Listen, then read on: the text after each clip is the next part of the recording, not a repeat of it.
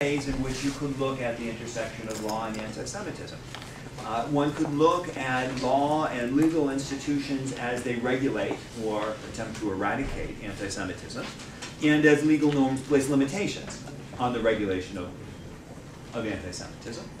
One could look at legal institutions and laws that in fact facilitate or reflect anti-Semitism, or that constitute in various ways legal subjects in ways that facilitate anti-Semitism. Law sometimes provides an extension of anti-Semitism, sometimes a limitation on it. All of these are sorts of questions which a field or subfield of anti-Semitism might look at. During today's presentation, we are, I anticipate, primarily focused on the first, or the first two of these notions, which is to say, to what extent can law be used as a means of limiting anti-Semitism, and to what extent do legal norms place restrictions on that regulation. And I'm very pleased that when I spoke to the three U.S. Legal scholars whose work I respect enormously on different aspects of law and anti-Semitism, while they hadn't worked together, each of them were amenable to arm twisting to come in and join this panel, which I think should make today's session a memorable affair. Alex Tsesis, who teaches at Loyolya in Chicago, has both breadth and depth. You might have seen in at the booksellers table downstairs a couple of his several books on various features of constitutional law, where he's looked at the history of civil rights law in the United States, at the 13th Amendment in particular, and at other topics. But what has particularly been of interest to me relevant to this gathering is that he is a foremost expert in the field of hate speech. And his book, Destructive Messages, is a landmark in that field, and is particularly interesting in his analysis, not just of anti-Semitism, but anti-Semitism and other forms of hate as speech, and the question of how this can be regulated. Second is Professor Stephen Feldman, who holds a chair in law and also teaches political science at the University of Wyoming. He actually has written a book whose importance I can't state strongly enough for the potentially emerging field of law and anti-Semitism, which is his book, and I love the title. I love the title. His book on establishment of religion, it's called "Please Don't Wish Me a Merry Christmas,"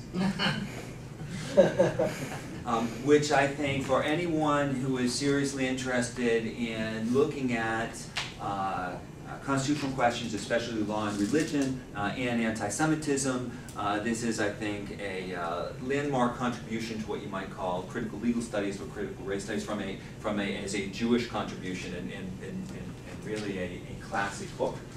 Kenneth Lasson of the University of Baltimore has written extensively numerous books on many different aspects of law, an extraordinarily fertile mind, but who has written several pieces on different areas that are relevant to our subject in different ways.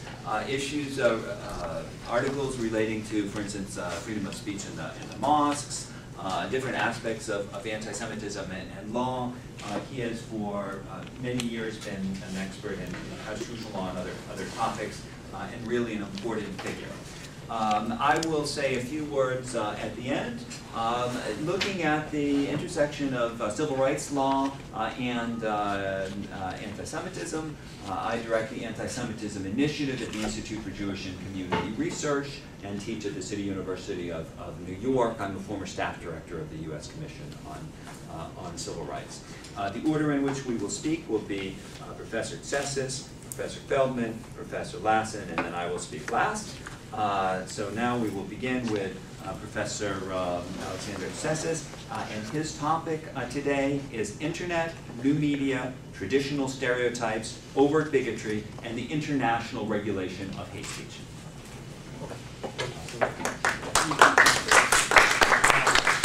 Thank you so much. It's an honor being here.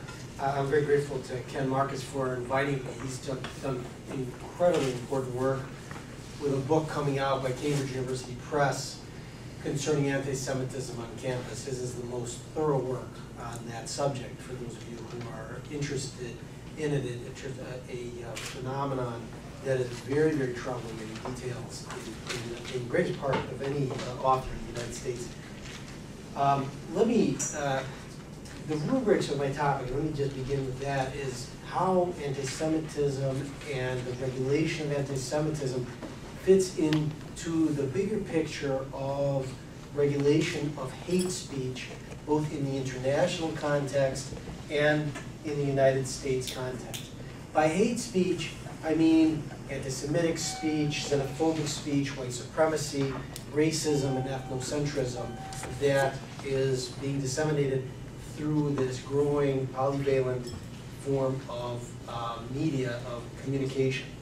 Democracies, of course, are not monolithic, and therefore they have many different standards for the regulation of speech. This is typically considered to be a core right, speech, not only in the United States, where we have the First Amendment, there's the Charter of Freedoms in Canada, in France, in Germany, with different standards, with the United States being more lenient and more libertarian in its the way that it perceives, that scholars, the court perceive speech than in European countries. The thought is generally that allowing internet speech, whether it's anti-Semitic or racist, is something that the First Amendment protects and must necessarily protect, otherwise will infringe on this core value.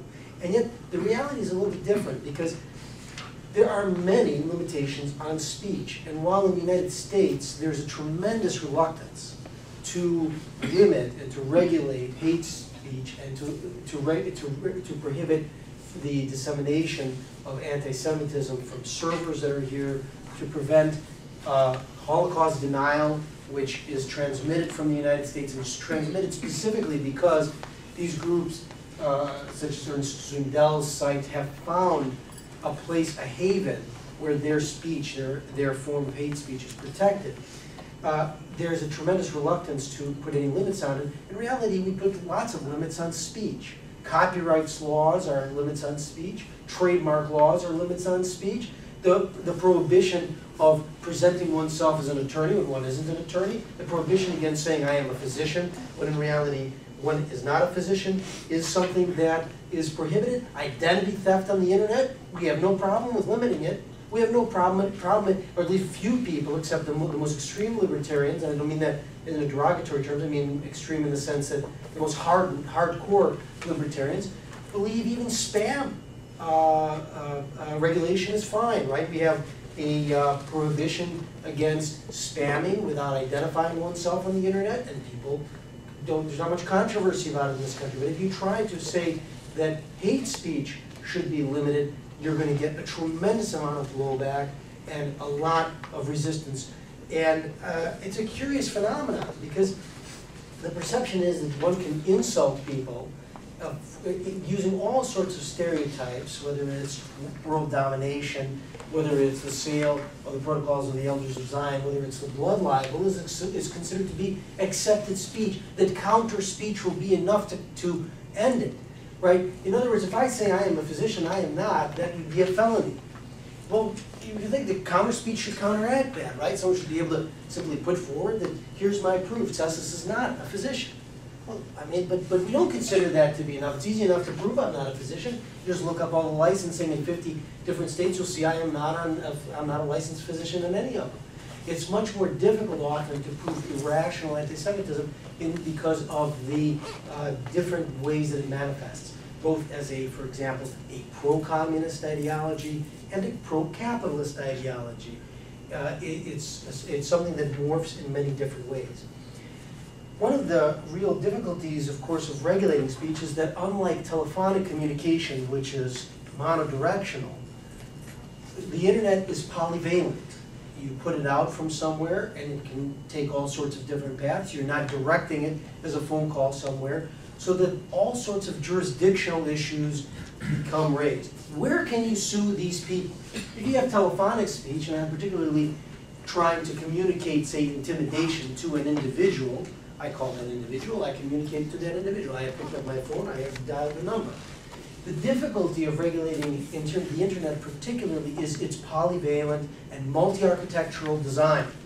It has hyperlinks, and you can stick those hyperlinks. Did I put those hyperlinks in there? Am I responsible for those hyperlinks if I have not written the web page to which those hyperlinks are directed? And by the way, where is it that one would have jurisdiction? In what court could I sue? Is it in the place where I transmit the discussion? Is it in the place that receives the discussion? Or is it somewhere else? Is it where the internet service provider, the ISP server, is located? And so these are jurisdictional issues that are really quite difficult. And while we're trying to decide this, the amazingness of the human intellect in its ability to, in its capacity to develop intellectually, is creating all sorts of incredibly useful technology, like YouTube and MySpace, and all forms of blogs and Facebook, which are incredible media for those of us who are interested in expressions from the left to the right to the middle, from musical to artistic to sophisticated intellectual to entertaining, from children's materials to things that are interesting to the elderly. And yet, terrorists and anti-Semitism are using these spaces. Nidal Hassan, we know the person who was responsible for the murder at Fort Hood, we know that he was influenced primarily by Anwar al-Awlaki. And yet, you can find al-Awlaki's sermons right on the YouTube. Just look up his name.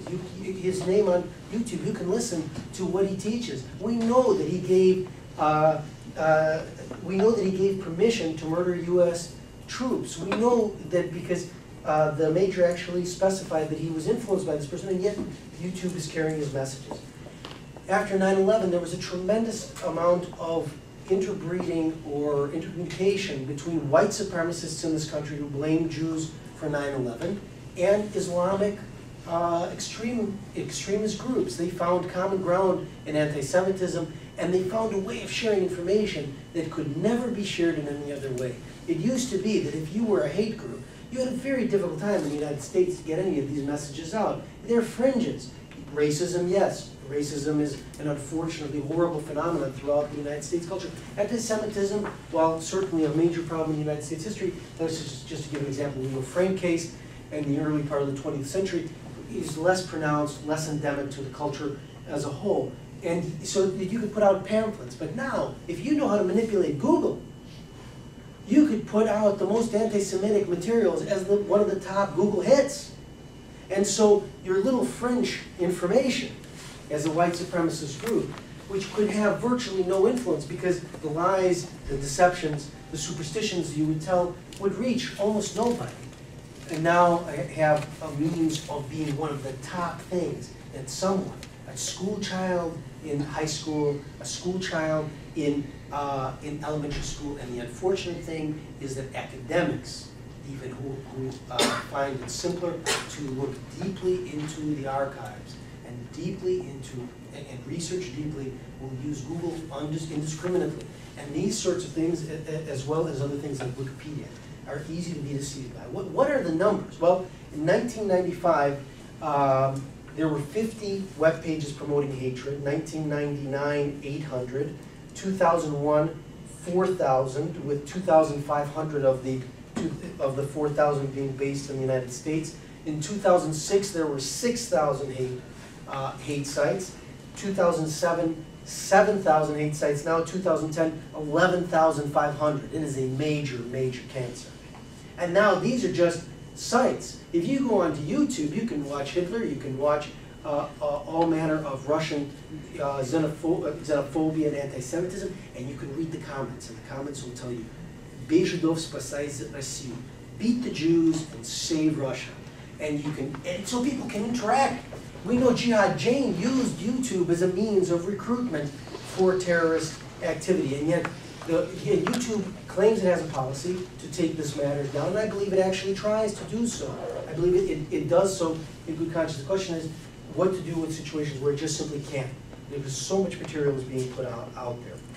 International norms of free speech are much less controversial about the regulation of hate speech than it is in the United States. In all countries, there's a balance of interest. Speech against copyright, speech against identity, they're all rights, right? But in the U.S., the tendency is to balance more on the speech side. But in the international context, since the United Nations Convention Against Genocide and the United Nations Convention on the Elimination of All Forms of Racism, it's been accepted that you can regulate anti-Semitic speech, hate speech in general, although those conventions really were raised because the world saw the force of Nazi propaganda, which of course propagated in Germany in the late 19th century and the early 20th century and had almost no effect until a very charismatic leader was able to harness it and direct it in various ways to commit violent crimes. In Europe, the Council of Europe has adopted the Convention of Cybercrime. There are 34 or 51 members of the Council on Europe who have signed on to it. 15 countries after it actually ratified that convention, and it allows for the regulation of hate speech on the internet. So Europe is moving in the direction of recognizing that hate speech is not so unique that it cannot be regulated when it can elsewhere. Let me just very briefly talk about the influence of hate speech. Anti-Semitism, like racial animus, can be manifest in institutionalized injustice. In times of distress, disparaging attitudes about Jews and other minorities can mature into full-blown injustice. The repeated expressive delegitimization of Jews and other outgroups can develop a foundation for discriminatory laws. Bigotry is not cathartic, right? One of the arguments about the allowing more anti-Semitic speech is to just talk back to it. Explain to them that Jews do not use blood and matzah. Just explain to them what Passover is. But let them express it themselves. It's cathartic for them. If you close things up, then it will blow up. It'll be like a pressure valve. But the history teaches that in reality, the teaching of it is not enough. It breeds, it wants to, it's inflammatory. And so placing speech at the level of discourse legitimizes it. It's to say it's like any other speech. Hate groups pose a threat, though not always an immediate threat, to representative democracy. The extent to which dialogue furthers equality is more telling of the First Amendment value than its compelling marketplace in which the most powerful forces are always allowed to win. This sort of social Darwinian thought of the most powerful view should be able to win. But what if that social Darwinian view allows in the Weimar Republic for a large percentage of the population to have the National Socialists? And no, Hitler never got the majority. After all, the Christian Democratic Party was anti-Semitic as well. And when you combine all the numbers of all the anti-Semitic parties in Germany, you get well above 50%. Violent hate speech not only advocates anti-democratic values, it is an intrinsic part of an overall scheme to overthrow democratic institution by attacking cultural diversity and inciting acts of destruction. Thus, hate speech on the internet, which is disseminated by groups or individuals through the medium capable of distributing electronic messages anywhere in the world, represents a worldwide assault on outgroup safety, and because anti-Semitism is so widespread and so cross-border, particularly a threat to Jews because they wind up being scapegoats where they live and where they don't live. With the ever-increasing number of hate groups running internet sites, the government, I argue, and this is probably the most controversial part of my talk, that the government must act. So in trying to find solutions, the government must act. I will tell you the counter-argument immediately, even before I give you my argument. The biggest counter-argument is that you can't stop everybody, that if you try to stop some, you will so simply incite others. You will not allow people to speak, and therefore you will not allow the counter-speech to come in. And the government should not regulate speech. It should not be in a position where it's determining what people should say.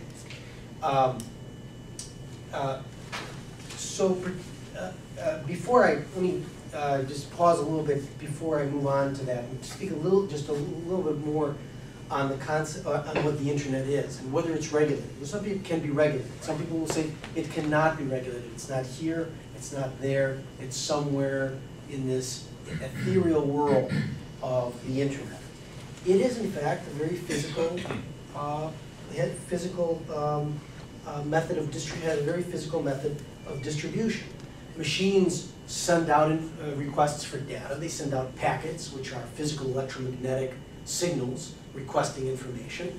They get electromagnetic signals from somewhere else, which is comparable to telephonic communication, which goes over wires. Each computer has an internet protocol, that is to say it has a specific address, and in transmitting a bit of information, the ISP server, the Internet Service Protocol provider, can determine both where the message came from, it can determine the IP address of the computer it came from, and it can determine the IP address of the computer where it was sent, and therefore you can in fact determine certain elements for jurisdictional purposes. The purveyors of hate can use message boards and websites to recruit and retain members, because a guy sitting in his living room can now look at information that maybe he or she might have had shame to look at in public, might have had, just as the Ku Klux Klan could present its ideas more easily with a hood on. It's much more easy to sit in one's living room and in the comfort of one's bedroom and communicate.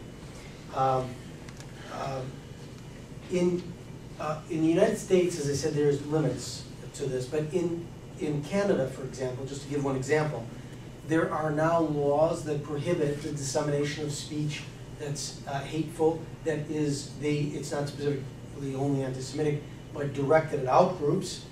And this allowed for the extradition of Ernst Zundel to Germany, because even though the communication was not occurring from Canada, Zundel was there, and the extradition treaty between Germany and Canada was sufficient enough that his Holocaust denial triggered the extradition and could get Zundel to Germany, where he was convicted. And by the way, he was not even a citizen of Canada, he was a citizen of Australia. And not only that, but to just add another piece of the puzzle to identify that jurisdictional issues can be solved, his information, the bits that he was sending of Holocaust denial, were on a foreign server. They were not even on a Canadian server. Italy also recognizes criminal jurisdiction when any part of an offense takes place on its territory, that is to say, whether the hate message is received on its territory or is transmitted from its territory. It will take jurisdiction in prosecution against hate laws.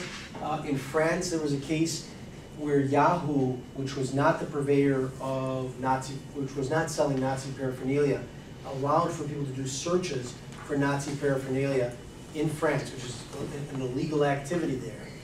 And the court found Yahoo liable because Yahoo, said that they would find Yahoo liable if Yahoo did not create the necessary technology to prohibit the sale of Nazi paraphernalia on its site. Yahoo said, we can't do this technology. Technology doesn't exist. The court said, we will fine you every single day if you don't. And all of a sudden, Yahoo came up with a technological solution that prevents any sort of Nazi paraphernalia from being transmitted through its Yahoo search engine.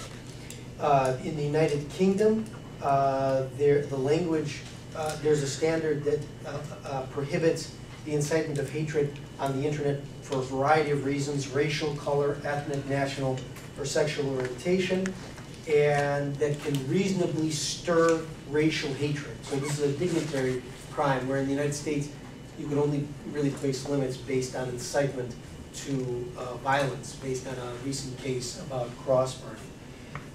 The other interesting standard in Great Britain, which is something that is a modern trend and exists in a few countries, it actually requires ISP servers, the Internet Service Providers, neutral parties, not the people who are transmitting the information, not the people who are requesting the information.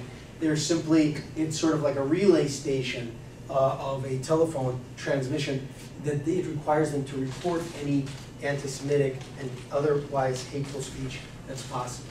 So in conclusion, the laws are not the complete solution. And we will not be able to stop all anti-Semitic and hate speech on the internet. But murder laws are not the solution to all murder, because you can't stop all murderers. You can't even find them all. And neither are copyright laws. The idea that you can't stop one anti-Semitic transmission just because others will spring up is sort of like saying you can't stop one copyright violation of Coca-Cola with an O at the end, because someone else will pick up that some falsity in the future. These laws go some way, and if the European countries were to enforce them and maintain them, even transmissions from the US could be limited in that way. Thank you, Alex. Next, But first, I want to thank Ken Marcus for inviting me to be on the panel, and also thank him for his gracious introduction before mentioning my book. And I do want to give credit where credit's due there. My first book was on the history of the separation of church and state, and the title was Please Don't Wish Me a Merry Christmas.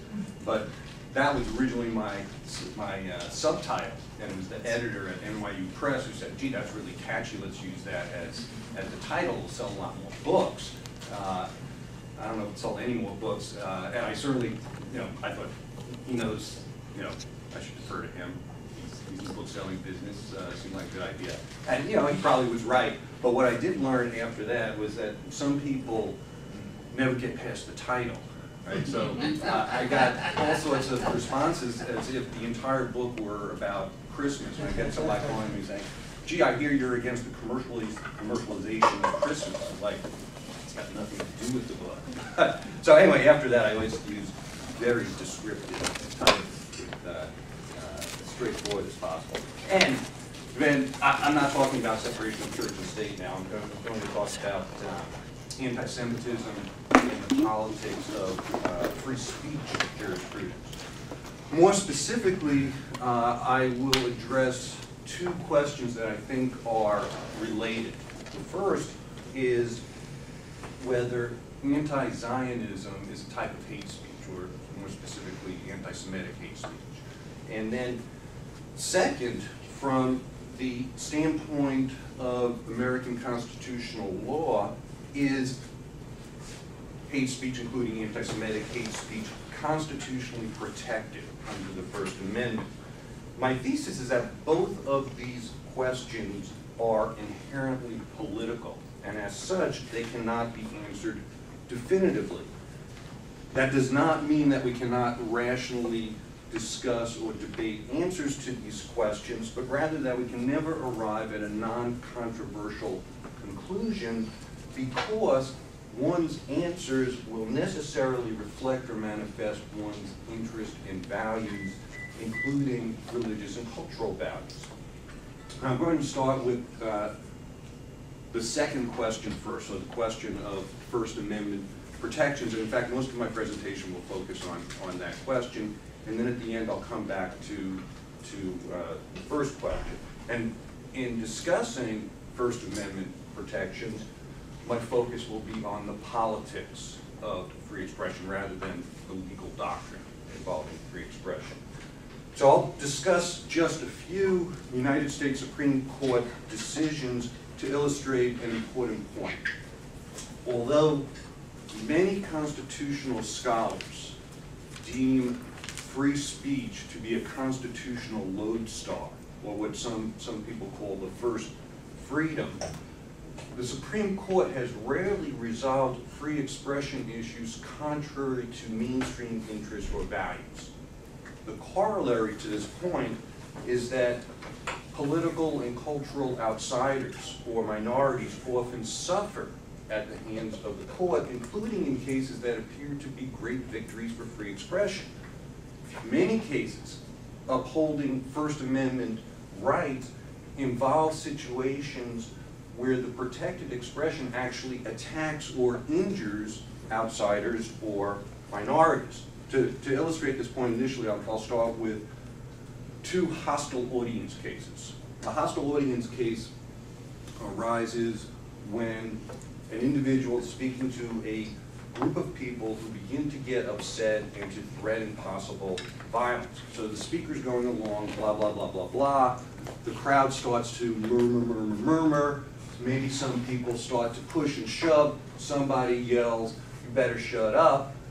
What happens in that situation? Well, sometimes the police come in and arrest the speaker.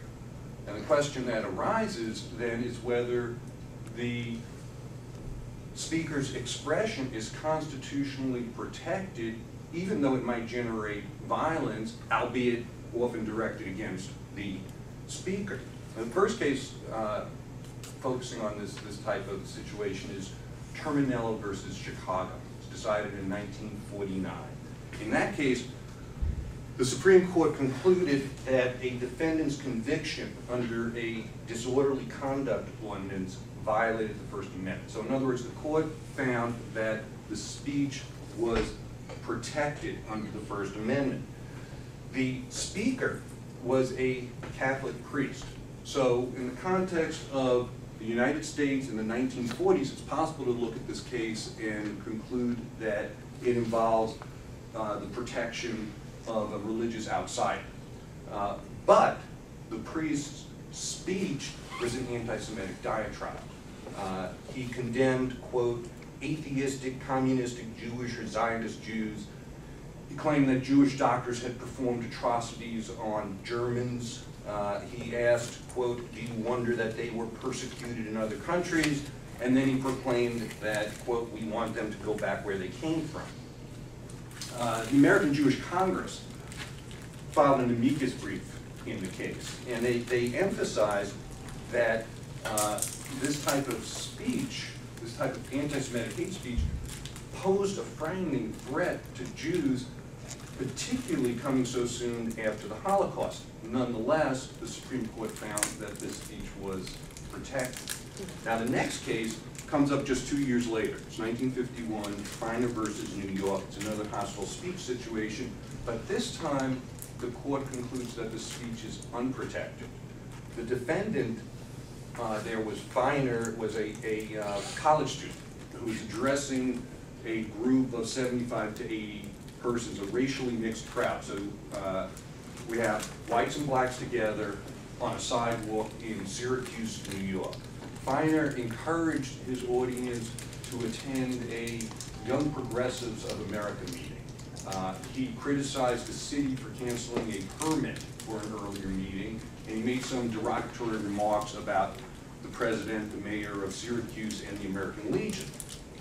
The court held that this speech was outside of First Amendment protections and therefore punishable because, according to the court, it created a clear and present danger, even though the evidence strongly suggested otherwise. In particular, the court seemed especially worried that Feiner had urged African Americans to, quote, rise up in arms and fight for equal rights. But witnesses had sworn that Feiner had instead encouraged his listeners to, quote, rise up and fight for their rights by going arm in arm to the Young Progressives meeting, black and white alike.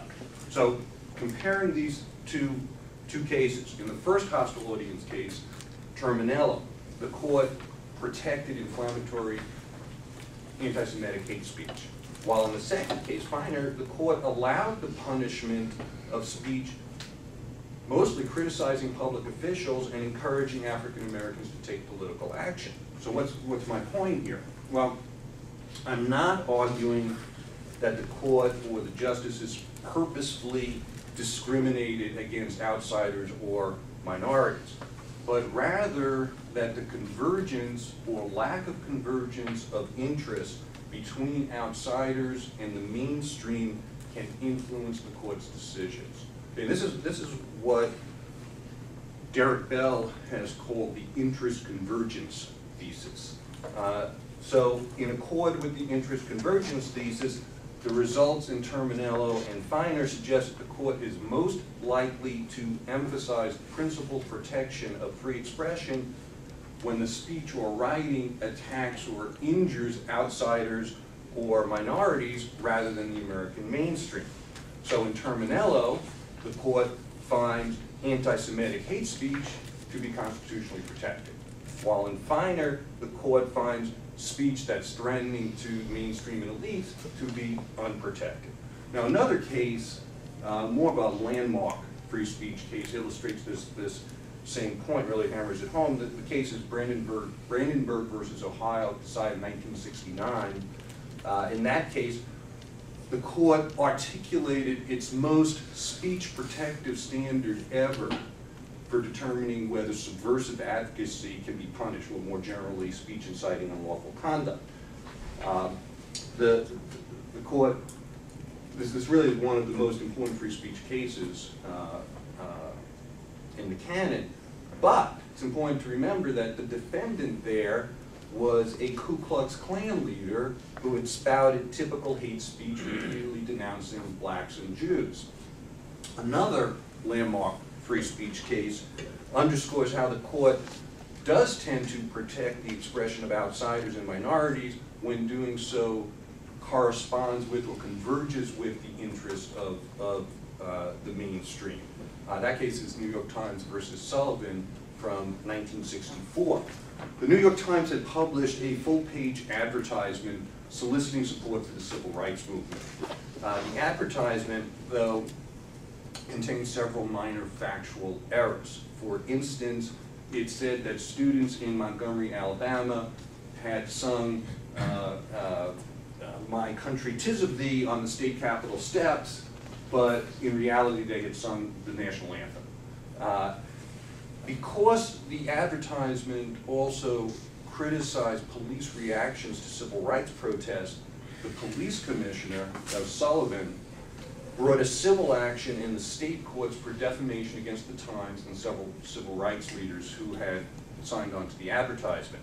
In the state courts, Sullivan, the police commissioner, won. In fact, the state's highest court upheld a jury award of $500,000. A unanimous U.S. Supreme Court, however, reversed and issued one of its most vigorous defenses of free expression. The court articulated its highly speech-protective actual malice standard, determining when a public official can recover damages in a civil suit against the press. So the Sullivan case enunciated a strong conception of a free press, and the press, of course, celebrated this decision. But as others, and I'm thinking especially here of the legal historian Lucas Poe, as others have emphasized, the Sullivan case was, quote, a race case first and foremost. It not only protected the expression of black civil rights leaders, but also assured that the news media, like the New York Times, can continue to report on the atrocities inflicted on civil rights activists in the South. In fact, the court's protection of civil rights leaders in the press went hand in hand, not just in this case. News reporting, particularly on television, had helped nurture a national political coalition pushing for civil rights reform. This coalition had begun developing in the 1950s, and it really reached its apex of power in the mid-1960s, as demonstrated by Congress's passage of the Civil Rights Act of 1964. So the Sullivan case did not show the court boldly and boldly protecting the rights of minorities despite the political fallout. To the contrary, the case manifested the court's compliance with a dominant national political coalition at its maximum power at that time. So the key conclusion here is that the determination of the scope of First Amendment protections is integrally political. Cases are decided in accordance with the interests and values at stake. I want to be clear that, to me, this is not a corruption of the adjudicative process. Rather, this merely describes the inherent political nature of constitutional interpretation and adjudication. This is just the way it is.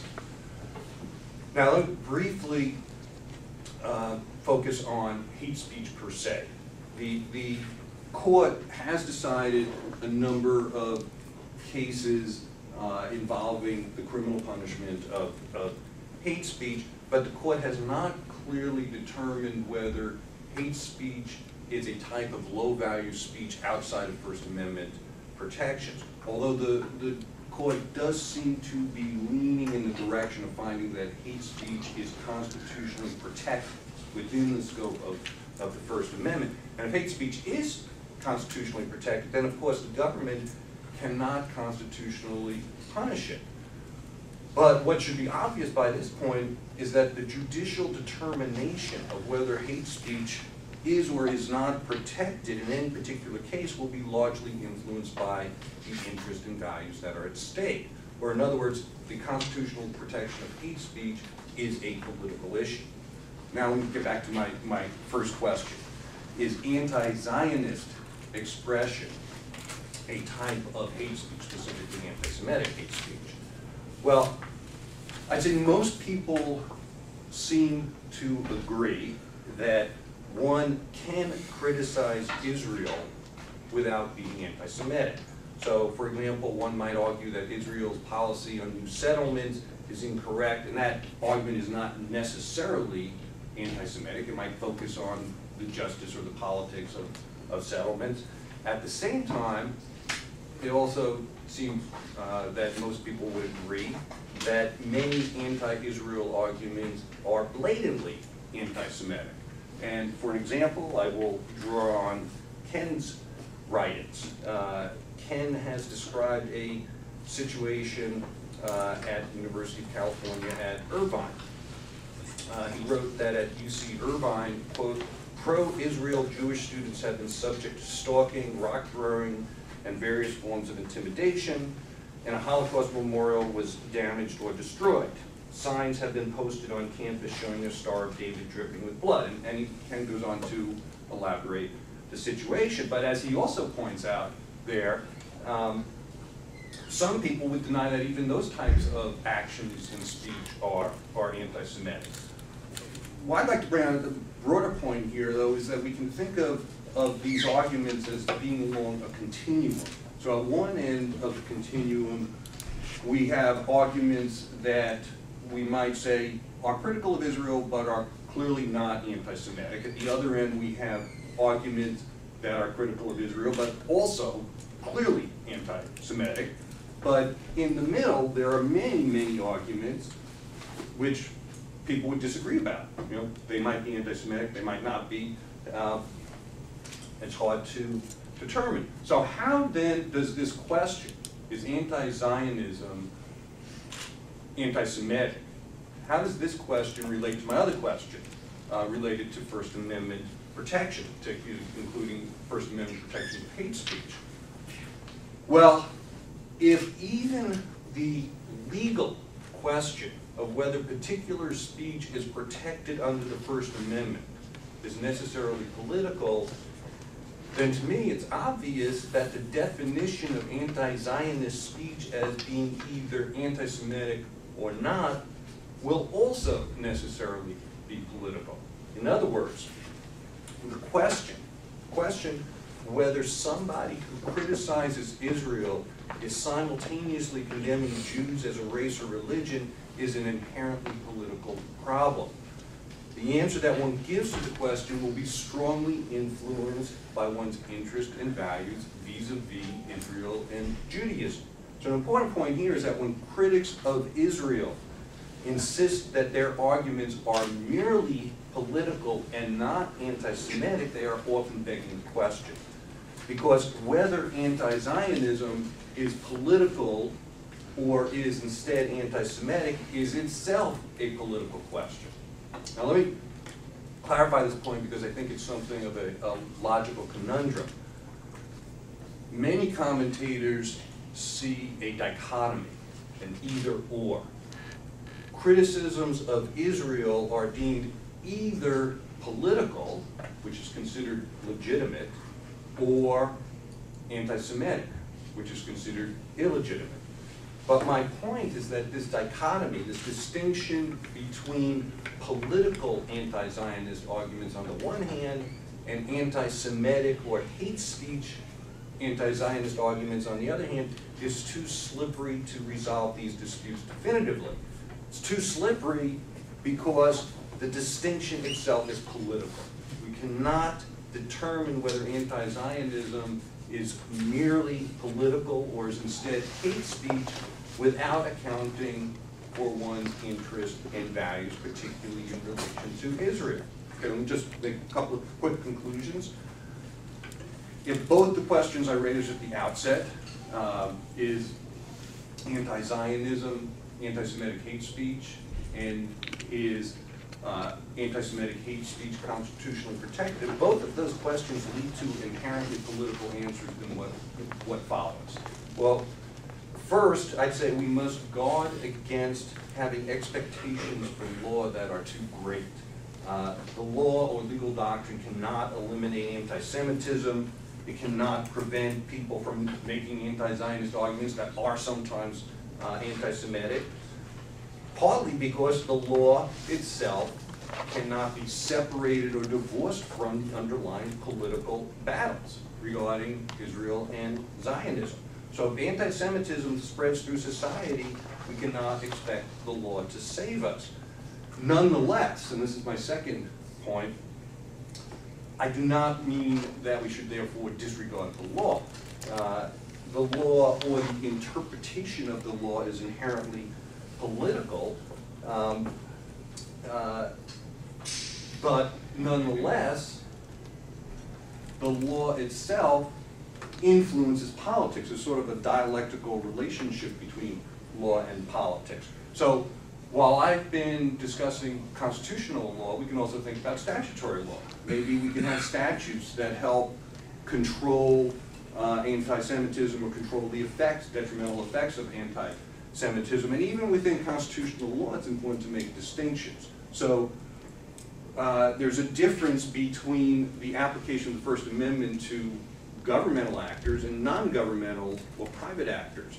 So the First Amendment limits apply to governmental actors, but not to private actors. If we have two universities with a hate speech problem, and one is a state-supported university, if it wants to promulgate an anti-hate speech code, that publicly supported university might run into First Amendment problems. But if we have a private university that wants to have an anti-hate speech code, presumably it could do so without worrying about running aground of the First Amendment.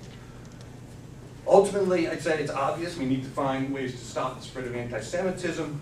Law might be one way to help, but it certainly cannot be the only way. We need to think about other methods. Thank you very much.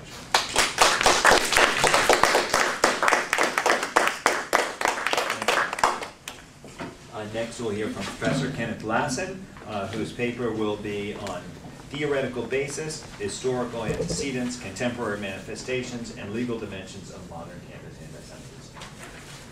Thank you. Well, that's quite the title. I suppose I should really change the title of my talk to Echoes of YIISA. And I think you're gonna hear some of those in what I have to say. Let me begin by briefly belaboring the obvious. I'm afraid the universities today, which like to perceive themselves as places of culture in a chaotic world, as places where learned professors roam the quadrangles thinking higher thoughts, are not quite that wonderful. Although not all of them are hotbeds of radical turmoil, a disturbing number of them, it seems to me, have come to be focal points of loud and strident opposition to the state of Israel. In fact, the volume of overt anti-Semitic acts has declined over the past few years, but there's been a significant increase, as we all know, of anti-Zionist rhetoric and activity on campuses, both in the United States and around the world. And although the two concepts are, of course, not always identical, it seems to me, again, that in today's world, they're confluent. As Alex Tsesis, I think, correctly points out, words matter. They can cause damage, injury, hurt. They have consequences. While the First Amendment broadly protects freedom of speech, the Constitution, as we all know, has its limits. Defamation is punishable, for example, as a speech that incites to violence. As always, the problem with regulating hate speech is where to draw the line, just as an academic institution should not allow itself to become a forum for bigotry, neither should freedom of expression be limited. I think it's, we all would agree, or most of us would agree, that it's better to err on the side of liberty, and excess of tolerance is still preferable to censorship. In the context of anti-Semitism, however, the quest for balance raises problems of its own. For example, must Holocaust studies be balanced by Holocaust denial points, or points made by Holocaust deniers? Does the obligation towards balance cover every point taught in every course, or only major disputes? Who is to enforce whatever we consider to be the norm? Anti-Semitism is not just name-calling, it's something much more corrosive. Responses to hate speech or disruptive behavior must be firm. They must be immediate, and they must be, it seems to me, consequential. To put it in non-academic terms, as much as those who spout anti-Semitic rhetoric are in our faces, we must be in theirs.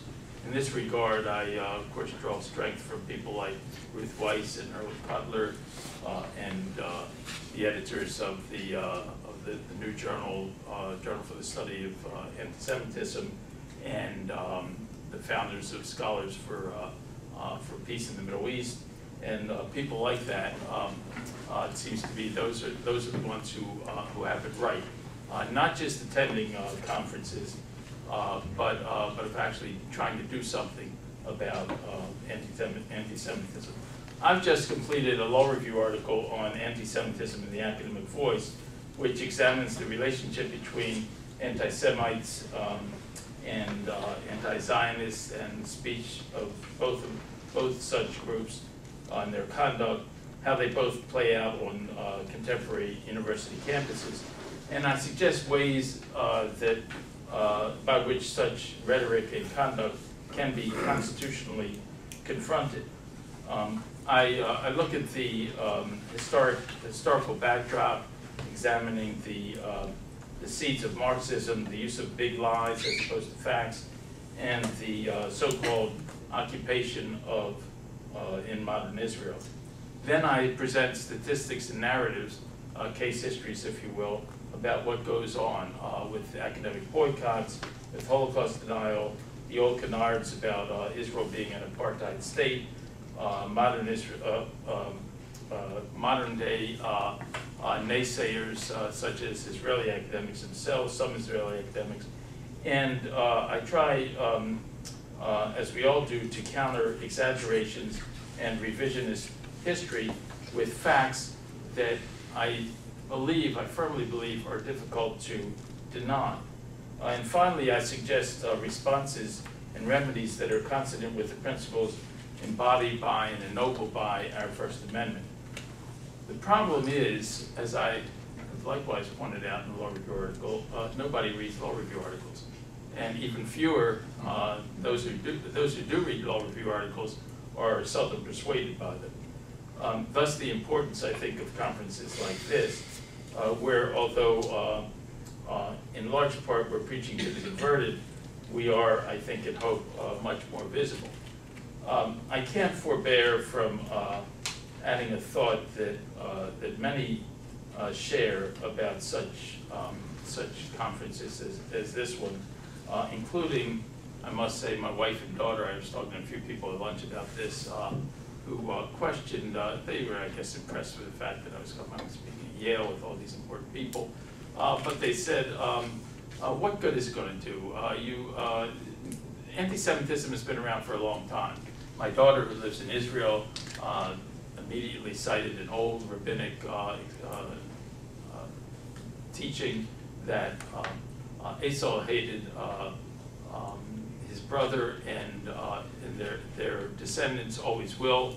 Esau's descendants always will hate the Jews. And what are we going to do about it? When I asked her, well, what would you do about it? She says, well, I'm doing it. I'm living in Israel, and I think we have to kind of circle the wagons and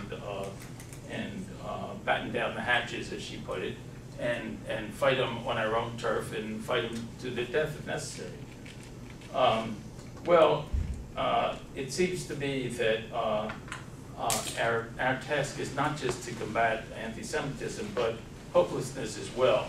And I guess, although my daughter and I get along pretty well and we're close, I guess I differ with her in this respect. I think we've largely done, or we're capable of doing this in America, especially in America. We have done in the past. She put it out well. In the past, we've had anti-Semitism, and it's waned, and then it's waxed again, and it'll come up again. But it seems to me we'll do it in the future.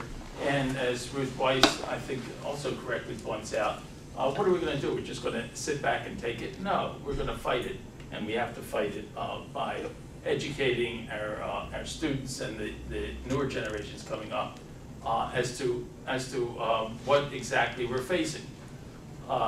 I'm shocked by the number of law students I have in my classes who were relatively ignorant of the Holocaust, of anti-Semitism in general, of the history of Israel, the background of Zionism.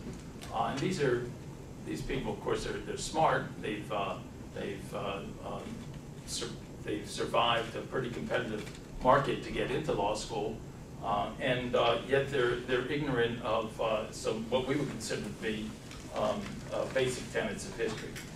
Well, with all that as a prelude in mind, let me try to give you a very brief synopsis of my current article, and trust that as I do, I might add something to the discussion. First, the theoretical and historical backdrop.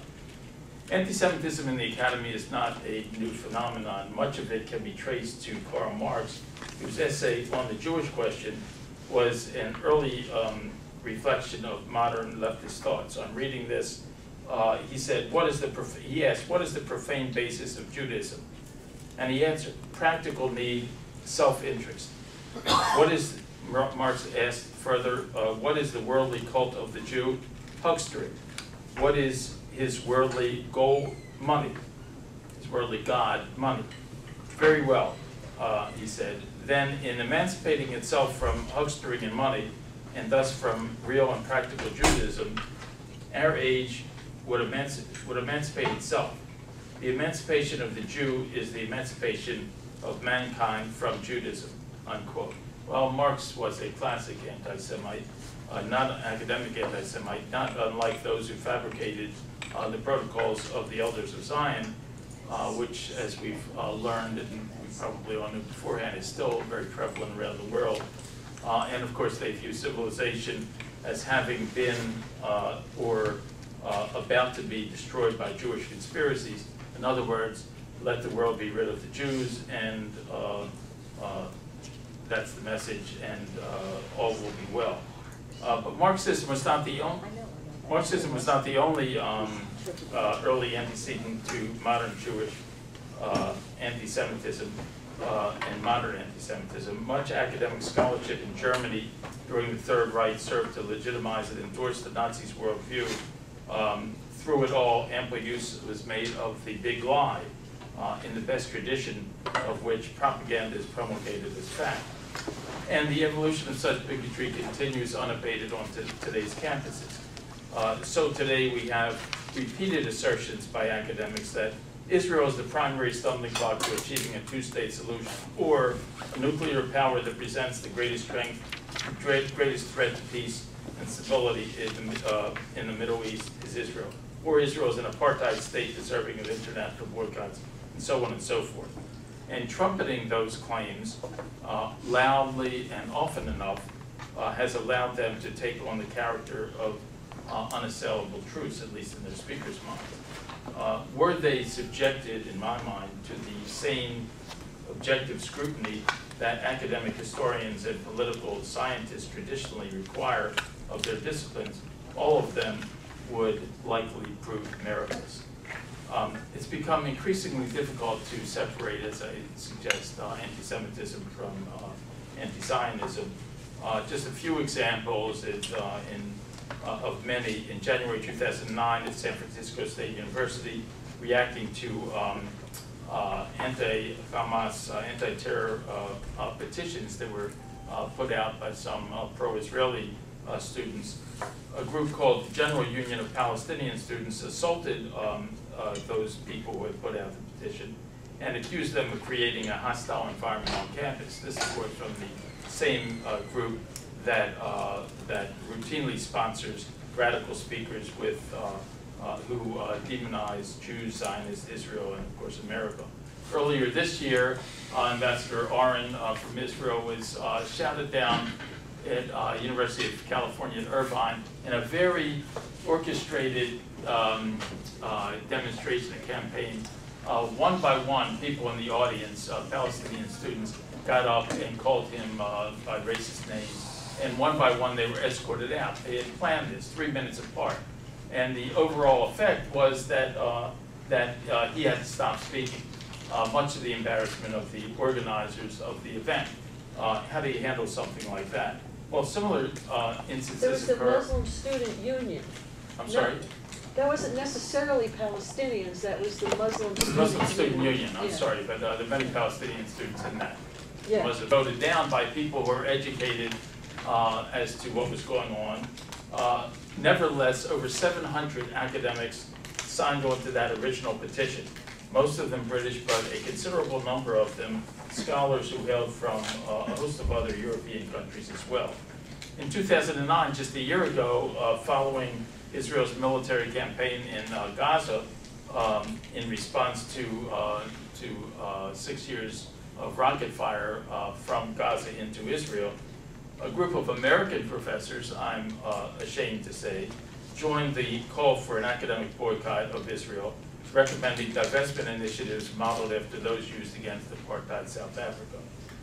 More than a few campuses celebrate what they call Israel Apartheid Week. That event has been held every year since 2006. And of course it likens Israel to segregated South Africa. Well, as Martin Luther King said shortly before he was assassinated, quote, "When people criticize Zionists, they mean Jews. You are talking anti-Semitism," unquote. What would Reverend King have said about the comparisons made between modern Israel and apartheid South Africa of the late 20th century? Of course, we have Holocaust denial as a big part of a new form of anti-Semitism, but there's nothing else you can call it but anti-Semitism, it seems to me. The deniers claim that they are seeking to behind what they term as the largest hoax of the 20th century.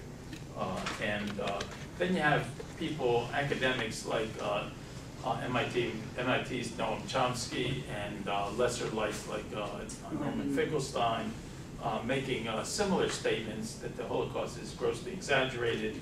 Chomsky, for one, embraced Sheikh Nasrallah, who, of course, is one of those people. There's many imams who refer to Jews as grandsons of apes and pigs, and Chomsky refers to the United States as one of the leading terrorist states. Well, how do you combat something like that? There are legal remedies to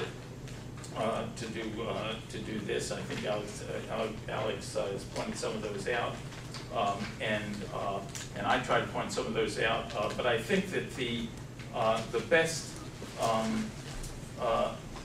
best remedy for handling anti-Semitism on campus and anti-Zionism on campus is direct confrontation. That's still the best remedy. Even better than, it seems to me, the attempts at legislative remedies. So I'll conclude by where I started. It is the obligation of all academics either to recognize or refute claims that have no basis in fact, or no basis in fact or logic, and not to ignore them. Not only can offensive speech and conduct be constitutionally confronted and condemned, but responsible administrators and faculty and students have a moral imperative to do that. We have a right to our views under the First Amendment. We have an obligation, it seems to me, under the First Amendment and under principles of academic freedom, and as moral Americans, besides being Jews, to challenge those false assertions. We should also not hesitate to point out the inconsistencies in the Quran when it comes to tolerance and intolerance. we shouldn't hesitate to, as Ruth Weiss pointed out and Brett Stevens pointed out, to point out the hypocrisies that take place on American campuses by American professors who say that that they side with the underdog. They're siding with the underdog by siding with the Palestinians. We shouldn't hesitate to contest the media, which seems to ignore things like bustling marketplaces in Gaza. I'm not saying there isn't poverty in Gaza. Of course there's poverty in Gaza. There's poverty in Israel as well. But we seldom hear about new shopping malls opening up in Gaza. We don't hear about the indoctrination, unless we attend conferences like this, of small children. To me, that's a crime against humanity. Taking small children and teaching them the kind of hatred that is endemic in the radical Islamic world. And I don't want to let the moment pass without taking to task modern feminists, who it seems to me largely ignore the honor killings that go on around the world and are condoned by most countries in the world, most Islamic regimes in the world. Murder of women and girls for following Western ways, so to speak, in some very other, what we would consider to be innocent activities. You want to discipline them in your own religion, but murder is something else. And I don't want to hear that we've, as I've heard from members of my own academic community, well, what else is new? Why are you writing about something like the murderous marginalization of women in radical Islamic regimes when we all know that? Well, if you all know that, why aren't you protesting? So we shouldn't also allow the press to get away and the world to get away with ignoring Gilad Shalit. I'm not saying free him in return for prisoners. I'm saying demand that the Geneva Conventions be followed by signatories to the Geneva Conventions, that the Red Cross be allowed access to him. Demand that. And so on and so forth. We can all go on. I'm sure all of us, in our own ways, we can go on and list the outrageous things that go on in the name of academic freedom. So thank you for your time.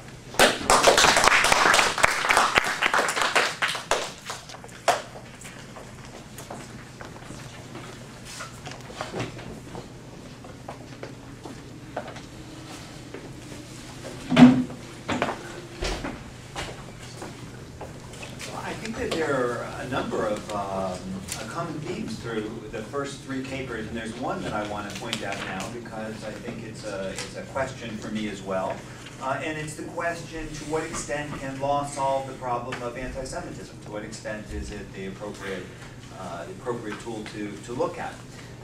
And by my calculation, what we've gotten so far, I would calculate 3 chairs for the law. But maybe that's 3 chairs only in the sense that we've had 3 speakers and each one of them has maybe given 1 chair. We've heard Alex Tsesis say that laws are not the complete solution to anti-Semitism. But then again, that law is not the complete solution to anything else, including murder, copyright violation, but it's a solution with perhaps some limitations. We have heard from Steph Feldman the admonition that we should avoid great expectations we should avoid expectations that are too great because of the interrelationship between law and politics. An interrelationship that plays out in anti-Semitism, but in so many other things as well. And an admonition, though, that does not tell us that we shouldn't use Constitution or statutes to try to address the problem. And then we've heard from Kenneth Lasson, among other important points, the notion, I think it's a great notion whether I understand it properly or whether I don't, but the notion that we should try, quote, to combat not just anti-Semitism, but hopelessness as well, which I find very interesting because as I've spoken to students and faculty on college campuses about the use of civil rights laws to address anti-Semitism, it seems to me that the response that I get is not just based on the likelihood of their success, but also a comfort that they feel to the extent that they believe that their problems are recognized by the law. recognized by federal agencies, recognized by investigators, recognized by decisions, so on and so forth. And that in trying to establish or enforce laws that deal with anti-Semitism, whether it's on college campuses, whether it's in new media or elsewhere, we're not just trying to prevail on individual cases, we're trying to change a culture, and we're trying to provide some level of hope. I'm going to address one specific context, which we've heard somewhat from both Ken Lasson and also from Steph Feldman, and that's the college campus context. The question of whether U.S. civil rights laws can effectively address anti-Semitism. And I'm going to try to give it to you fairly briefly. I think my co-panelists generously mentioned that I have a book coming out on this topic, and some of what I say draws from it. There are two particular topics from it that I want to summarize for you, one which I've been able to discuss before and one that I haven't. What I've been able to discuss before is the broad question under federal law whether Jews are protected, on college campuses by a federal law. It's called Title VI of the Civil Rights Act of 1964, which prohibits discrimination in federally funded education programs on the basis of race or national origin, but doesn't mention religion. The question is, if you harass a Jew on a college campus, is that covered or not? Okay, so that's the one question. And then I'm going to, the other thing I'm going to do is to develop a little bit the case that Steph Feldman mentioned, which is the Irvine case, University of California at Irvine, and to try mostly to tell you things about it that you don't know. Okay, how many of you are somewhat familiar with what happened at the University of California at Irvine? Okay, looks like it was on YouTube. People circulated it. Okay. Good, thank you. You are talking. Okay, there are a lot of things that happened. What I'm talking about is a pattern of incidents over the course now of approximately 10 years. Okay, and we've heard about one particular incident, the Michael Oren incident, which is what you're talking about. So if you've heard only about the way in which Ambassador Oren was treated, you know of at least one incident. But there's actually been a pattern of incidents lasting over approximately 10 years, and we've heard some of the things alleged and actually recognized by the federal government have included rock throwing, harassment, intimidation, destruction of the Holocaust Memorial, lots of vandalism of various sorts, various threats. Some has been words like slaughter the Jews. Some have been physical behavior, stalking, lots of it over a period of time. The Office for Civil Rights of the Department of Education investigated, and I'll say that I directed investigators to look into this, but it was towards the tail end. So what I'm going to describe for you is after I left. After I left, there had been an extensive complaint filed by the Zionist Organization of America.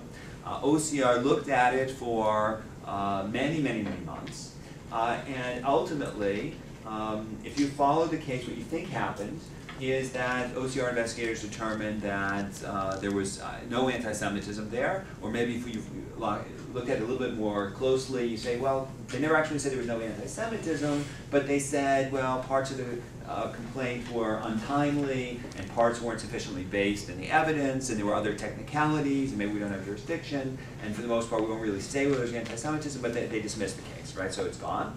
And if you look at it a little bit more closely than that, then you realize that it isn't even quite that neat. In fact, no part of the case is gone from the Office for Civil Rights. This is a case that's been pending now for 6 years. The part of it that was dismissed on a technicality remains under appeal within that same agency, the Office for Civil Rights. So none of it's been rejected by the agency as a whole, right? And other parts of the same case have never been decided by the agency, right? So the whole thing is still pending 6 years after the fact within the agency. If you look very closely at what's going on, that's what you know, and you've probably seen the various victory dances that Irvine officials have been doing. You might have read various quotations from the chancellor, from the dean of the law school, talking about how there was a full investigation and they were fully acquitted. Right? That's probably the story that you've read if you looked at it very closely and you've read the media accounts and some of the academic accounts. We also heard that the Muslim Student Association was Yes. Suspended for a year. And Suspended that's for a right. year. And then after the civil rights investigation, there was this, there was the incident in which Ambassador Oren was essentially prevented from speaking by a group of Muslim students, the Muslim Students Association, and they were suspended for a year or a minimum of a year, something like that, under a case which is still apparently being reviewed within the Irvine, but that the basis, as I understand it, was not violation of Jewish students, it was not anti-Semitism, it was that the Muslim Student Association gave a misleading account of what they had done, right? So even there, it was not as if anti-Semitism was a reason for any action taken against anybody ever, although it may be that that backdrop was on the minds of the, I think, Student Services Administrator who did this, right? Let me tell you a couple things that you may not know, okay? You've just heard Irvine is saying we're fully acquitted on this. What hasn't generally been known, but what I've fairly recently discovered is that in fact the career investigators who looked into the Irvine case didn't feel they needed to spend all that much time looking at it. It was virtually an open and shut case for them, and the decision was there is a hostile environment at Irvine. Right? Never read that, did you? What they found is that there's a hostile environment at Irvine for all of the reasons that we would think. Because if you see all the incidents, it's hard to imagine that it's anything else. So they write that there's a hostile environment in Irvine. Now, ironically, here's a sort of a funny twist. The head of the regional office was not going to find Irvine in violation of the law. This was back in, I guess it was in 2005 that he had his proposed final solution. What he was going to do is to split the baby. He was going to say, yes, there was a hostile environment, but when you look at, frankly, the little that the regional office usually requires people to do when they find them, he said, well, Irvine's been doing a lot of stuff. So I'm going to say that there was a hostile environment, but that Irvine's administration had acted sufficiently to address it. And so he would have closed it in that way. That was the final resolution that was ready for signature that went to Washington. And when he describes what would have happened next, he looks back at it and says, if we had been permitted to do this, we almost certainly would have received a complaint a year later from the Zionist Organization of America, who would have pointed out that in the next year things got even worse, and that it was clear that the action taken by Irvine hadn't been sufficient, because it got worse and worse. And with that basis, having already found there was a hostile environment, they would have then had to find that the actions taken by Irvine were not sufficient. And then if Irvine didn't really clean up their act, they would have been found in violation. But they didn't say even that. And this is why you don't remember ever reading anything about a hostile environment found at Irvine, because they were reversed by political appointees in Washington after I had left. And as the career investigative staff tells the story, they wanted to find there was a hostile environment, but the people in Washington who succeeded me had two concerns. This is from the regional perspective in San Francisco, the careerist perspective. The first concern was they did not want to prosecute any anti-Semitism cases ever. They thought they weren't the right agency. If anyone's going to look at it, let it be the Department of Justice, which has discretion. Department of Education, it's race and national origin. This is not our stuff. We don't want to deal with it. We don't want to deal with these cases ever. And the fact is, if you look at the Irvine facts, it's hard to imagine anyone who says, I don't find anti-Semitism here, but I find it somewhere else. I mean, if you don't find it there, I'm not sure where you're going to find it, right? So from the point of view of the San Francisco careerists, these guys just don't want to find anti-Semitism anywhere, and so they want to close down the case. Second thing, though, the second concern they say that they attribute to their supervisors, the appointees in Washington, is that these appointees don't want their fingerprints on it. They don't want what? They don't want their fingerprints on it. They don't want to be perceived as the person who closed down the anti-Semitism case. So they never gave clear instructions to close down the case. So that's why what happened is the case lasted, and again, this is after I left, so it's not from inside information when I was an official, it's what I've since said. The case lasted for years. as the Washington officials went back and forth with the career investigators saying, don't close it, go back, try to find something else, there must be something else, and then try to put other people in with instructions to reverse what the initial investigators had found, or to write up some sort of closure memo that wasn't based on what the actual investigators had found. The other piece that you never heard, and that it sort of explains another mystery of the case. Things got so bad between the investigators who said this is unlawful harassment, there's a hostile environment for Jews on this campus, and the Washington folks who didn't want to give them any direction, didn't want to say anything, didn't want to be quotable, but just sort of said, you're doing it wrong. It's not a full investigation, and told them anything that would get them to go back, but without actually saying, you are not to find anti-Semitism here, because they didn't want their fingerprints on it. The conflict got so bad between them that Washington threatened to fire the head of the regional office of Office of Civil Rights, and the head of the Office of Civil Rights, who they tried to fire, an Orthodox Jewish man, sued OCR, saying that the agency that was supposed to investigate anti-Semitism was in fact engaged in anti-Semitism. He recently lost his case. His case has not been reported anywhere. He recently lost his case. What I find amazing, whether he's right or whether he's wrong, first of all, that he sincerely believes that the case was handled in a particular way, and that he was handled in a particular way for reasons that deal with Jewishness and not just the merits of the case. But also that the number 2 person in the agency, an African-American longtime career official who thought that he would probably be promoted if his Jewish boss were canned over this, agrees with the head of the office that Jewishness played a factor in the way he was treated, and that anyone who denies it is lying. Very strong words for a career official. And these are not disgruntled former people, these are the current leadership. And that the number 3 person, the regional counsel, also agrees, essentially this. Right?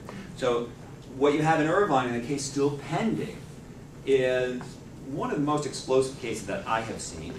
A case in which passions ran so high, not only on the campus at Irvine, but within the agency that was supposed to address it, that there could be no agreement by the parties, and there's between the different parts of the agency, and so much distrust that one part was trying to fire the other, and the other was trying to sue the first. Okay, so these are some of the facts. Now I'm going to try to say a little bit about the legal or policy issue, and this is what was driving them apart or tearing them apart. Okay, so remember the question is, do Jews have statutory rights? That's the only question, not just constitutional statutory rights, and this matters because unless you're going to hire an attorney and go into federal court, if you want the federal agency to bring its civil rights enforcement apparatus to bear, the agency that handles 5,000 cases and that can go in and have the power and the forcefulness of the federal government, you need to have a statute. You need to have a statute prohibiting the conduct that you complain of. And in this case, it's Title VI, the one that prohibits discrimination in federally funded agencies based on race, color, national origin, but doesn't mention religion. Are Jews covered? In some ways it's a difficult question, in some ways it's an easy question. I'm going to try just very quickly to go through a couple of the issues. The Supreme Court of the United States has actually asked the question before, are Jews a race? They've asked that question. They never ask these questions in the abstract. They ask that question within the meaning of a particular statute. In a case called Shari Tefillah versus Cobb, the members of the Silver Spring, Maryland Shari Tefillah congregation sued the vandals who had messed up their congregation and some of their cars, and tried to get money from the vandals, sued them for money under a 19th century statute, the current version of 19th century statute that prohibits race discrimination, right? Religion wasn't enough under that statute either. So went all the way up to the Supreme Court because because the defendant said, you're not a different race. Okay? At the same time, there was a case where an Arab professor had said that St. Francis College discriminated against me because I'm Arab. As his case went up, it was the same question. St. Francis College said Arab's not a different race. What did the court say? The court say, well, yeah, Arabs can sue. Arabs are a different race for purposes of our law, so we will let the Arabs sue. What do they say to the Jews? They say, no, Jews don't get to sue. So in the Shari Tefillah congregation, they had lost. They had lost. These cases went to the Supreme Court at the same time. The Supreme Court has to decide both at the same time. How are they going to say that Arabs can get money, but Jews can't? They end up actually writing an opinion that says it's okay for either one. Why? Because Jews counted as being a different race in the minds of the 19th century legislators who wrote the statute, and they said this in a footnote, and in the minds of the people who wrote the 14th Amendment Equal Protection Clause. So now, under that 19th century statute, you can sue as a Jew or as an Arab for race discrimination. But what about 1964? Some people, including some of my former colleagues and my successors at the Office for Civil Rights, say that the same logic that says you can sue as a Jew or an Arab for race discrimination under the old laws, that same logic means that you can't under new ones. Because by 1964, if you're going to look at what legislators were thinking, if you're going to look at what words meant in public discourse, by 1964, Jews weren't considered a separate race. Arabs weren't considered a separate race. So if you're going to look to the Shari Tefillah case, it's a totally different answer that comes from the same logic. Wrong, I say. And here's why I've said it's wrong. If you're going to look at the intent of the legislators, there's no legislator whose intent was to create a new kind of right against racial discrimination in 1964. And if you look at how it was understood publicly, that was the public understanding either. The Supreme Court has been very clear on this in a lot of decisions over the last several years in saying that if you look at the Equal Protection Clause, the 19th century constitutional provision, and if you look at Title VI of the Civil Rights Act of 1964, they're coextensive. Their coverage is the same. And it doesn't matter whether the words meant something different in the two periods. Why? Because the reason for Title VI was to provide a mechanism to enforce the provisions in the Constitution from 100 years ago. Right? So if you care about affecting intent, and you care what the law meant, it's overly narrow just to ask what the word race means. You have to ask, well, what is the structure? What does the structure intend to mean? And then what you find is, it's got to mean the same thing, because the whole point of Title VI was to enforce precisely the same rights that the Supreme Court's already explained in Shari Tefillah. Okay? So that I think is the reason why, under current Supreme Court law, which is based on public understanding and legislative intent of statutes dealing with essentially racial identity, Title VI covers Arabs and Jews and Sikhs and other groups to the same extent as the older civil rights laws, and why I think it is compulsory for OCR to deal with it. A lot of different ways of addressing that same question, which I can't go into now. I'll say that in the future, the courts might look at an approach other than looking at public meaning or original intent. They could look at common meaning or popular understanding of what is a Jew. They could look at scientific evidence. They could look at the intent of the discriminator. They could look at the nature of the injury.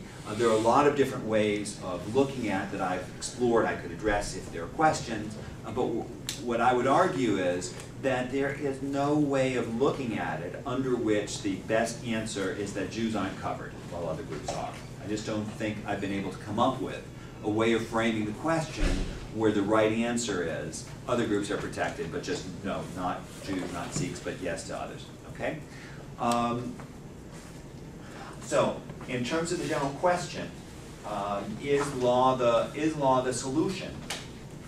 I think I'm going to agree with those of my co-panelists who provide caveats and say that there are limitations, that expectations have to be measured, and also that even when one is using the law, the point is not just to win a case, but also to change norms, provide hope, change a culture, so on and so forth, but that law is at least one appropriate way of addressing this problem, even in a country like the United States in which free speech norms are as strong as they are.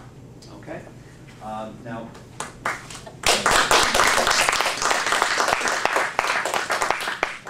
with that, we do have some time for... I think we have to be at 4 o'clock now.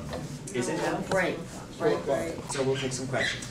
Yes, I'd like to address this to Professor Lasson and want to know if you have looked at Brandeis and its reaction to the invitation to Michael Oren and other activities on campus Yes, that kind of curl my hair. I think it's appalling. My Hey, I'm son, speaking about it tomorrow, 2 days. okay, well, I have one, I guess in the crush of time, I didn't mention this, but I was going to say a way to handle hecklers at, let's say, Oren's appearance at Irvine. This is what I'd like to run by people, especially my colleagues. When controversial speakers appear on campus, in advance of the event, notify and clearly announce to all people, especially students, that you will have a chance to state your concerns, to make your comments, to ask questions, but if you disrupt the speaker, there will be consequences, and those consequences will range from suspension to expulsion, and then carry through on your threats. This is the students. I don't know how you end up with the public yet, but I'm working through that in my mind. I've had varying responses to that, but I think mostly favorable. As to Brandeis, my son went to Brandeis for a semester. Why did he leave? Because Brandeis, we're Orthodox, or at least traditional. Brandeis wouldn't let him take off the second day of Rosh Hashanah because he had a lab. This was when he was a freshman. And it wouldn't let him reschedule it at a time that wasn't like just before Saturday evening, Friday evening. So he had enough in one semester, and I wrote to the president of Brandeis, and I said, this is appalling in a place like Brandeis to have this kind of a situation. And I got back a kind of a lukewarm apology, but for the most part defending the university's right to do what it did. I'm not surprised that Brandeis disinvited Oren. I think it was appalling. And as my understanding is, they re-invited him, right? They re-invited him, but to give in to that kind of a pressure, it's appalling. It's what, as Stephan was saying, it really amounts to what's called a heckler's veto. It allows the audience, the naysayers, to veto the speaker. What the police are supposed to do under the Constitution when there's a heckler in the audience is to arrest the heckler, as they did in Irvine, but it was tough because they had it so orchestrated, they had to do it one by one. And the effect was to really block the speech. But it's a heckler's veto, which is unconstitutional. You must protect the speaker, however offensive his thoughts may be. What do you do when there's a controversial speaker on campus? Maybe you shouldn't invite him in the first place, but if you do, you must afford him ample security, and you must give equal access to all student groups to hear him, and you must guarantee his right to speak. So I hope I've answered your question, but I was appalled. Any other comments on this? Okay. Yeah, about Irvine, the UC Chancellor or somebody under him appointed a panel to investigate, and the panel that was appointed, the people on the panel, are some of the very people who are genocidal inciters themselves. So that is my understanding about where that case is now, that there's, you know about this panel of investigation. I'm aware that the president of the university system appointed a panel to address a series of incidents at multiple campuses, including San Diego and possibly also Irvine. Is that the panel you're referring to, the UW panel? Yeah, yes. and are you familiar with the content of that panel, who was chosen for that panel? I know that the Zionist Organization of America issued a press release that described two members of the panel, including the name Imam Jihad sticks in my mind in ways that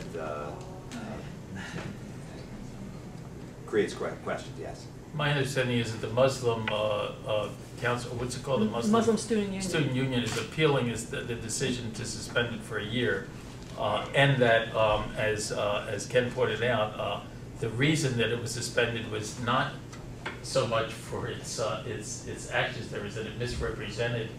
It lied to the lied to the administration. Why don't they just come right out, as Ruth Weiss might do, I think she would do, and say, look, this is the case.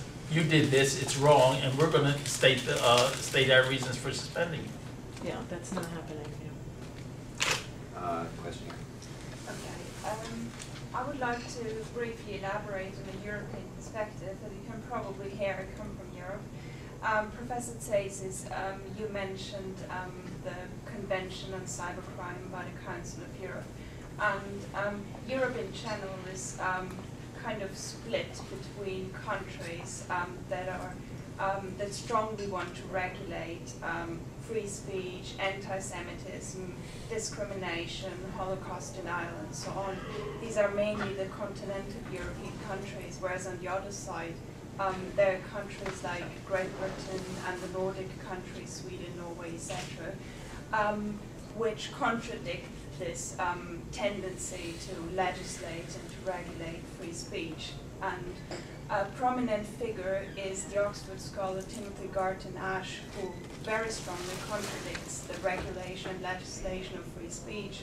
And he argues that in those countries that have strict laws banning Holocaust denial, anti-Semitic incitement, etc., there are still many Holocaust denials. There are strong right-wing extremist parties, etc.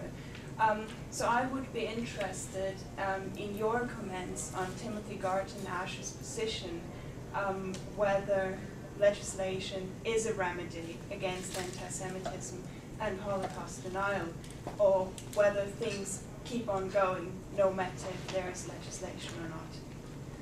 Alex, did you want to say Yeah, something? you know, first of all, I do think that the overwhelming trend in Europe, is to limit hate speech, and that much of that comes from the realization of what happened with the Nazis. It's true in Sweden, Norway, in Finland, Switzerland, France, Spain, Germany,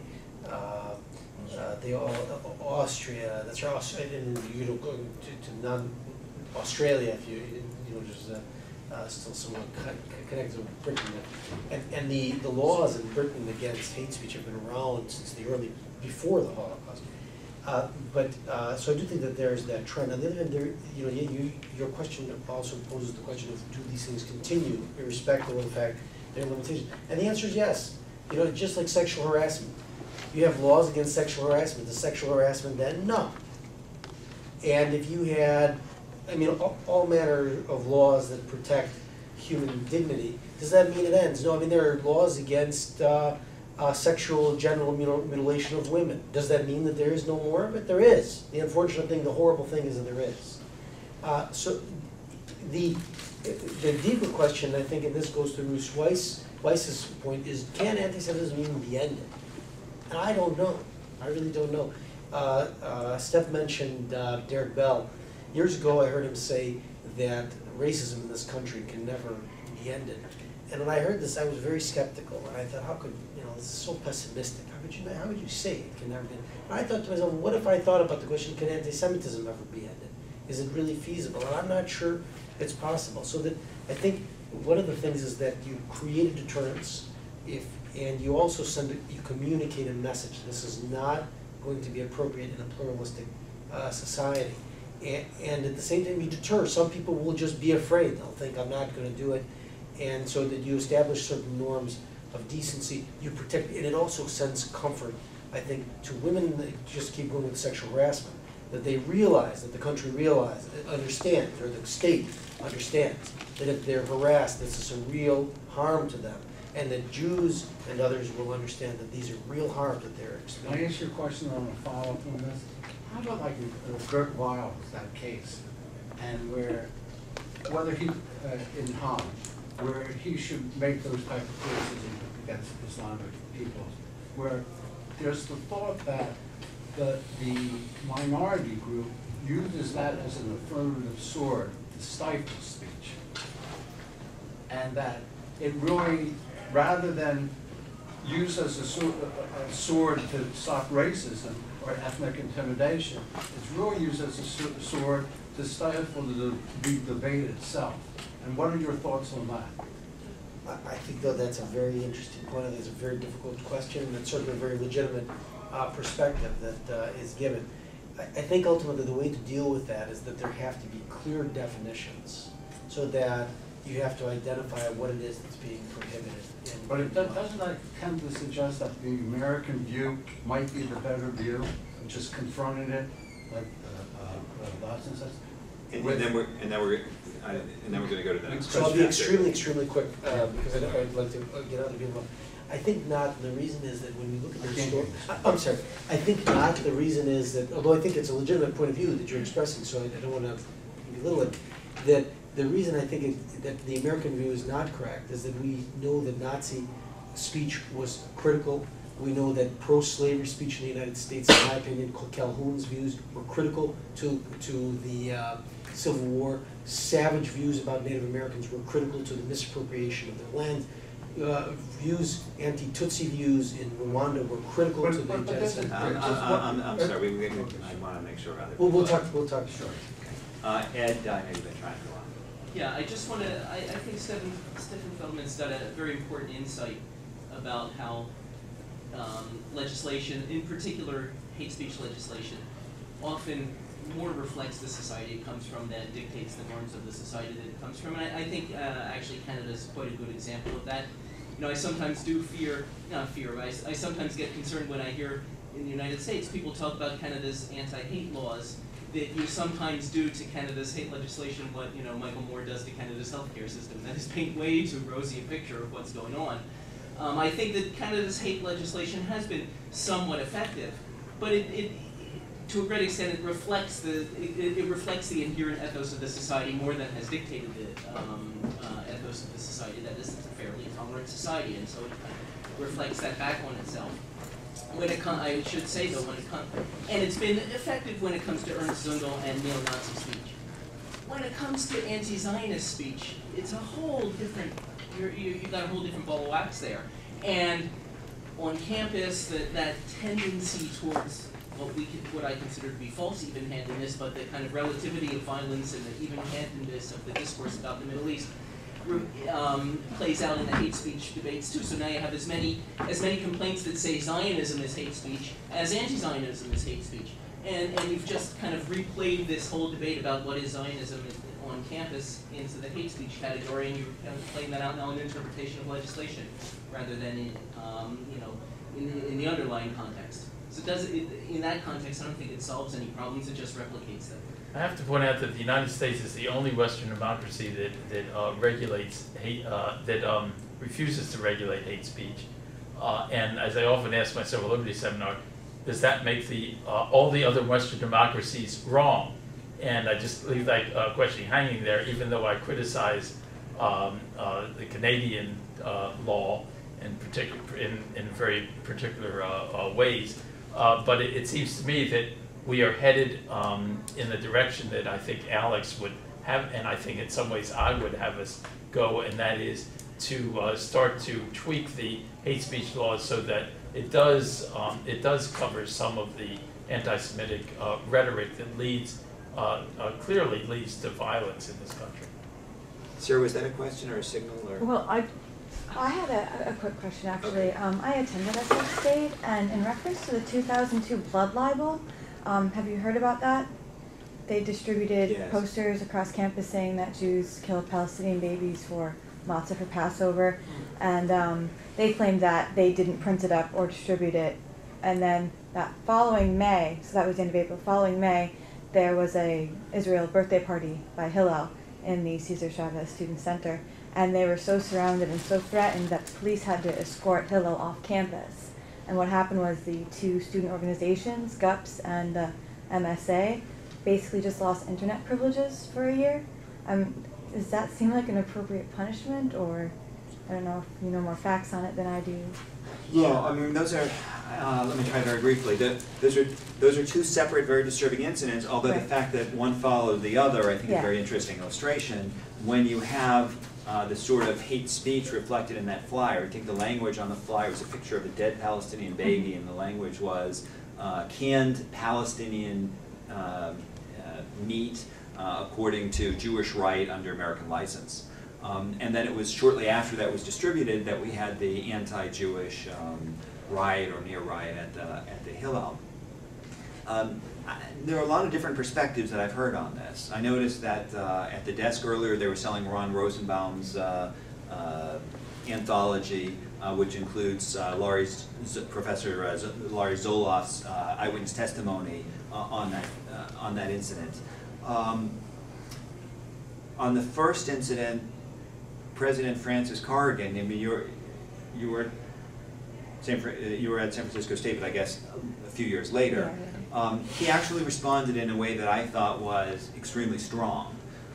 He identified the apparent perpetrators, and he called the police on them, and he indicated that charges would be pressed in the event that, and I think that was on both. And he wrote very strongly worded letters, both to the organizations that appeared to be beyond the situation in the Hillel, and also to the campus community, in which he very sternly indicated that there would be punishments, right? So it may be that the punishments that actually got doled out in the end were not what one would expect, but I actually think that the strongly worded messages that he sent out were much better than what I've seen from just about any other president. Fair enough. So I think that the general concern of administrators not doing anything, claiming that actions are covered by the First Amendment or academic freedom, sort of ignoring it, or making bland general statements against racism, anti-Semitism, sexism, yada yada, but without pinpointing anything, I think that's a real problem. If anything, I think that Corrigan actually addressing the students out directly, saying we'll bring in the police, and then telling the campus is something that all administrators should do. So there's another group coming in. I think it's time to go to the auditorium. Thank you.